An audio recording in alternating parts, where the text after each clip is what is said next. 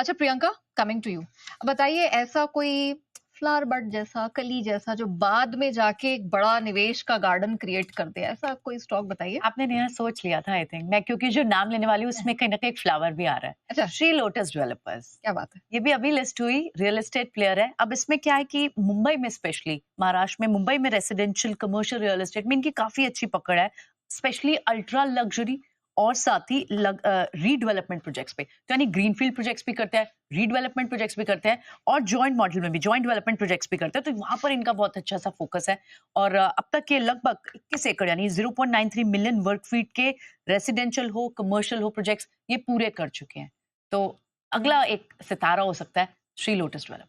तो ये बात बड़ी इंटरेस्टिंग है। अभी तक हम जितने डेवलपर्स की या रियलिटी स्पेस के नाम की बात करते हैं, उनकी पैन इंडिया, नेशनल या कहीं इंटरनेशनल प्रेजेंस होती है। एक मुंबई में रहकर, महाराष्ट्र में रहकर नहीं, नहीं, नहीं, काय का महाराष्ट्र, काय का मुंबई। ये तो पूरा 90% बिजनेस खाली जुहू में है। जुहू में ही है, एग्जैक्टली, हाँ, हाँ, नॉट इवन मुंबई। हाँ, और अब थोड़ा बहुत बांद्रा वांद्रा तक आए हैं, जी। लेकिन ये कंपनी गजब की कंपनी है, मतलब कमाल है। और फोकस बहुत क्लियर है, luxury, premium, ultra luxury.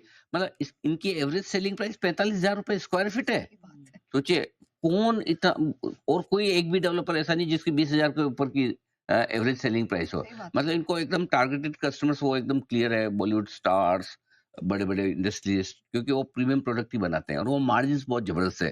Cash rich company है, डेट फ्री कंपनी है। सबसे बड़ी बात, कंपनी के पास कोई सेल्स टीम नहीं है। एक आदमी सेल्स में, प्रोडक्ट अपने आप बिकते हैं इनके। प्रमोशन नहीं करते। हाँ, लॉन्च करते ही मतलब कंस्ट्रक्शन शुरू करने के पहले 60% प्रोजेक्ट इनका बिक जाता है। हम्म। टाइमली कंप्लीशन का रिकॉर्ड है। मतलब एक लिटिगेशन नहीं है। आप सोचो, इंडिया में कोई ऐसा डेवलपर भी हो सकता है जिसके ऊपर कोई केस ना हो। ये मतलब ये चीज़ें जो क्वालिटी है इस कंपनी में, और इस स्पेस में मुंबई में अभी भी बहुत स्कोप है। और जो एक इन्होंने अपना निश एरिया बनाया कि हम यहीं पर काम करेंगे, ज़्यादा करेंगे, वो एक तरह से अच्छा है। क्योंकि आज एक स्पेस में ही आप जितना काम कर लो उतना कर सकते हो, अनाप-शनाप काम है। सो मेरा ये मानना है कि जो कुछ नए प्रोडक्ट्स और सामने आ रहे हैं, नए नए प्रोजेक्ट आ रहे हैं अगले 2-3 सालों में, वो बहुत ही बढ़िया है। कंपनी के फाइनेंशियल्स मजबूत है और ये स्टॉक आपको 3 से 5 साल के लिए ज़रूर अपने पोर्टफोलियो में रखना चाहिए। ऑलराइट, चलिए तो Shri lotus developers very well picked bye Priyanka, और सर ने भी बड़े बेहतरीन तरीके से समझाया कि किस प्रकार के प्रोस्पेक्ट्स बनते हुए दिखाई दे रहे हैं। अब हम अक्सर कहते हैं कि ये जो पूत के पाँव है ना, वो पालने में ही दिख जाते हैं। मतलब जिसकी प्रतिभा होती है, बड़ा बनने का स्कोप होता है, वो तो बचपन में ही पता चल जाता है। तो अंश जी, आप जरा बताइए कि आपने ऐसा कौन सा स्टॉक या न्यूली लिस्टेड कंपनी है जिसको आइडेंटिफाई किया है?